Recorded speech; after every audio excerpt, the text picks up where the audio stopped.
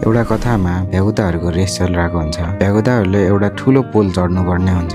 वरिपरिका सबै दर्शक भ्यागुताले तिमीले चढ्न सक्दैनस् भनिरहेको हुन्छन्। अनि साँच्चीकै पनि त्यो पोल कोही भ्यागुताले पनि चढ्न सक्दैनन्। तर फाइनलमा एकजना भ्यागुताले त्यो पोल चढेर देखाउँछ।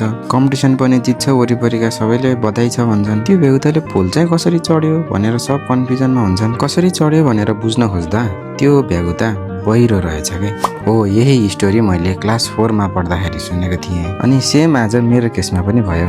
आज बिहानै उठेर जिम जान पर्यो भनेर मुखसुख धोएर फ्रेस भएर अनि ओट्स बनाएर खाएर ज्याकेट लाएर बाहिर निस्केको त मजाले सिमसिम पानी परिरहेछ, कुहिरो लागिरहेछ। अनि मैले आफूलाई हेरेर हाँसेर यो स्टोरी सम्झेँ। यदि मैले आज बिहान उठ्ने बित्तिकै बाहिर हेरेको भए, त्यो कुहिरो देखेको भए, पानी परेको देखेको भए, म जिम जान्छु भनेर तयार हुन्थ्यो होला त?